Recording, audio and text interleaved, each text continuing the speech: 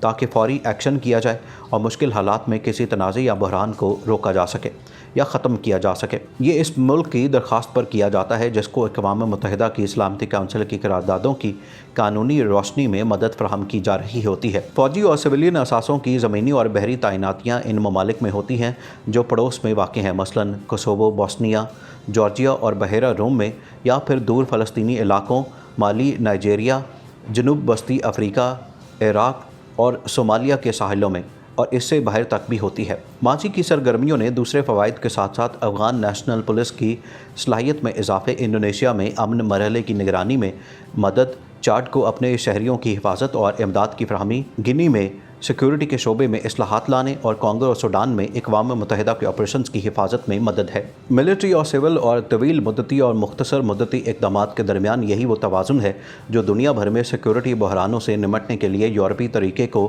منفرد اور ناقابل تردید بناتا ہے۔ اسے کسی حد تک ستم ظریفی ہی کہا جانا چاہیے کہ پاکستانی خارجہ پالیسی کے حوالے سے سارا دار و مدار امریکہ، چین، روس اور تیل کی دولت سے مالا مال خلیجی ممالک پر ہے۔ علاوہ ازیں پاکستان کے تعلقات بھارت کے ساتھ تنازع کشمیر کے سبب انتہائی دگردوں ہیں۔ اسی وجہ سے دنیا بھر کے دوسرے ممالک اور یورپی یونین کے ساتھ تعلقات کو خاطر خواہ اہمیت نہیں دی جاتی۔ حالانکہ یہ امر کسی سے بھی پوشیدہ نہیں کہ یورپی یونین کے ساتھ تعلقات پاکستان کی تجارتی اور اقتصادی ترقی کے لیے انتہائی ضروری ہیں۔ ایسے میں یقیناً ضرورت اس امر کی ہے کہ وطن عزیز کے عوامی اور پالیسی ساز حلقوں پر یورپی یونین کی اہمیت کو زیادہ مؤثر انداز سے اجاگر کیا جائے۔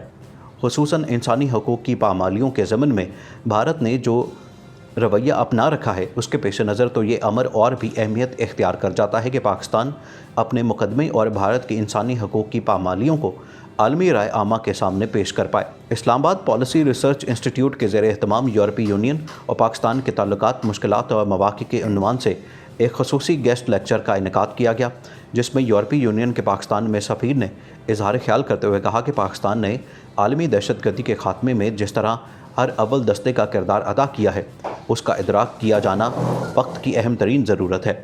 اسی کے ساتھ یورپی یونین کے رکن ممالک کو یہ پیغام پہنچایا جانا چاہیے کہ اس مؤثر ترین اقتصادی فورم سے پاکستان تجارتی تعلقات کو مزید فروغ دے۔ انہوں نے مزید کہا کہ پاکستان کے دہشت گردی کے خلاف جنگ اور افغان مہاجرین کے لیے قربانیوں کو تسلیم کرتے ہیں۔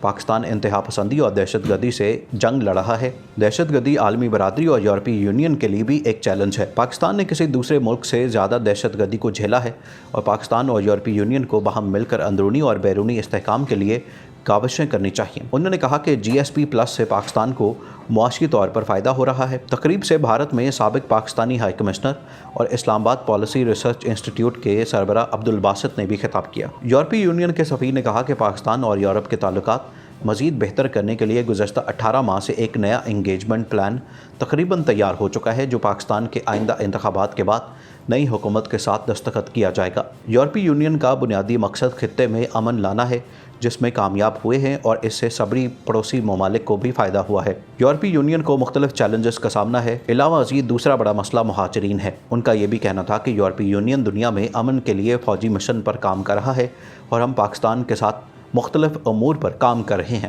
اس ضمن میں یہ بھی بتایا گیا کہ اگلے ماہ ایک اعلیٰ سطح کا پاکستانی وفد یورپی یونین کا دورہ کرے گا۔ GSP+ کا درجہ دینے سے پاکستان کے ساتھ تعلقات میں بہتری آئی ہے، اور اس سے دونوں کو فائدہ ہوگا۔ یورپی ممالک سی پیک میں سرمایہ کاری کرنا چاہتے ہیں، مگر اس حوالے سے مزید آگاہی پیدا کرنا ہوگی، کیونکہ پاکستان میں امن و امان، سلامتی اور استحکام ہوگا تو سرمایہ کاری آئے گی۔ انہوں نے کہا کہ پاکستان اور بھارت کے درمیان امن ممکن ہے، جس طرح جرمنی اور یورپی ممالک میں امن قائم ہوا، جس کا ایک دور میں تصور بھی محال تھا۔ انہوں نے یورپی یونین کے مسائل بیان کرتے ہوئے کہا کہ ہمارے لیے مہاجرین کا مسئلہ ایک بڑے بحران کی شکل اختیار کر گیا ہے، اور دنیا میں یہ دوسرا غیر قانونی کاروبار ہے جو مسلسل ہو رہا ہے، اور اس کو روکنے کی کوشش کی جا رہی ہے، کیونکہ افغان مہاجرین صرف اس صورت واپس جا سکتے ہیں جب وہاں امن ہو جائے۔ افغانستان ان مہاجرین کا بوجھ برداشت نہیں کر سکتا۔ جس طرح پاکستان نے مہاجرین کی مدد کی ہے، اس کو انتہائی تحسین کی نگاہ سے دیکھتے ہیں۔ آخر میں تمام دوستوں سے ایک مرتبہ پھر گزارش ہے کہ ہمارے چینل کو سبسکرائب کر لیں، ویڈیو کو فیس بک اور واٹس ایپ پر شیئر بھی کرتے ہیں۔